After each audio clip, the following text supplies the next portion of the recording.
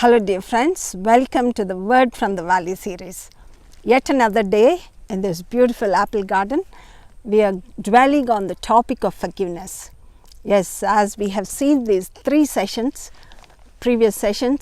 that there is no escape or no other option but to forgive people, because it is what God has commanded us, and because it's good for you, good for us. When we forgive, it's good for us, because you feel light inside, you get the joy back, your spirit is renewed, there is physical healing, there's so many good positive effects of forgiveness. And we have also seen that what all happens if you don't forgive, So I think it's a beautiful thing which God has asked us to do, because God never asks us which harms us, and it does good to us. It does good to our spirit, soul and body, because you do not stay as a victim anymore when you have to forgive somebody, but you become the victor instead of being victimized. So you may ask the question, yes, you don't know what people have done to me. Maybe you find it easy to forgive, but what people have done to me, how can you understand what I have gone through?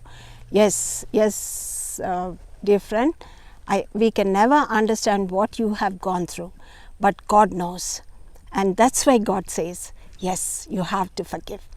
And I'm going to give you 5 R's to remember. It's very easy to remember. First and foremost is realize. What is to realize? Realize how much God has forgiven you. And Romans 5:8 says, Jesus died for sinners on the cross. Yet when we were yet sinners, Jesus died on the cross. And just remember how much our own sin Jesus has forgiven. That's why I said only a forgiven sinner can forgive others. And so realize how much He has done for you, how much He has forgiven your sins. The second is we have to repent for our anger or bitterness, because sometimes we have blamed God for things which have happened to us, and we have blamed people, we have done a lot of things to cope up. But when we forgive, we have to repent. First, we have to repent for all our negative feelings, for our bitterness, for our anger, our revengeful attitude. And when we start repenting, the Holy Spirit will start working in us. And third thing is resolve. Make a decision. It's a resolution you have to make.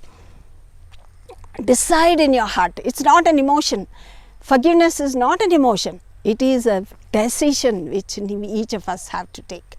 And you say, I have decided to forgive this person. Yes, his sin is great against me, her sin is great against me, but at the same time, I have decided in my heart. So it's a decision. And the fourth thing is most beautiful. Receive the power of the Holy Spirit. Yes, when you do all this, the Holy Spirit is our assistant, is our comforter, our counselor. He will come to us and strengthen us, give us strength. I want to tell you something which happened few years back. All of us know how Graham Staines was killed in Mayurbhanj in Orissa. I was part of this Graham Staines Memorial Hospital. I chaired it for 10 years. So CFH and we had an MOU. We were sending staff, doctors, and I myself, every year, twice a year, I used to visit that. And I was, Gladys Staines is a great friend of mine. And all of us know how Gladys has told the media that she is forgiving the killer of her husband and 2 sons, Timothy and Peter. And it was all in the media, And of course, she was given Bharat Ratna. And when I met her alone, I asked her, Gladys, how were you able to do this? How could you forgive the killers of your husband and your 2 lovely sons? Then you know what she said, you know what, in general I am not a forgiving person, but Jesus, the power of the Holy Spirit is so great upon me, and Jesus gave me that strength, and He set me free from the fetters of unforgiveness. Has anybody done anything greater than what Gladys has gone through? And if Gladys Staines is able to do that, and if she is able to receive the power of the Holy Spirit, dear friend, I want to encourage you this morning that the same power of the Holy Spirit is available for each one of us. And when you do this, you will receive the power of the Holy Spirit, and even, you will start remember no more. That's 5th hour is remember no more. You start forgetting what has happened. You start. You don't remember the details of the horrible thing which has happened. That is the power of the Holy Spirit, and God will do something good out of that. That is our God. When you forgive, when you choose to forgive, there's something good will come out of even the bad things which you have thought was bad. Yes, there are 7 steps for forgiveness. It is just a small exercise we do at the end of our forgiveness sessions in our seminars. It may be helpful for you. First and foremost is make a decision. And second thing is make a list of people what they have done to you. Write down their name and their offense. Just write down. It's a secret thing between God and you.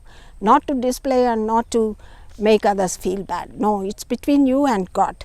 And start forgiving, saying, yes, this person, my mom has done this, my husband has done this, my wife has done this.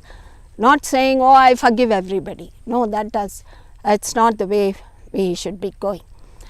But write down the list and start forgiving each person and ask God to set you free from the prison of unforgiveness. And 4th step, ask God for forgiveness because maybe you've blamed God or blamed people or you were full of anger. And pray the most powerful prayer on earth. It's Luke 23:34.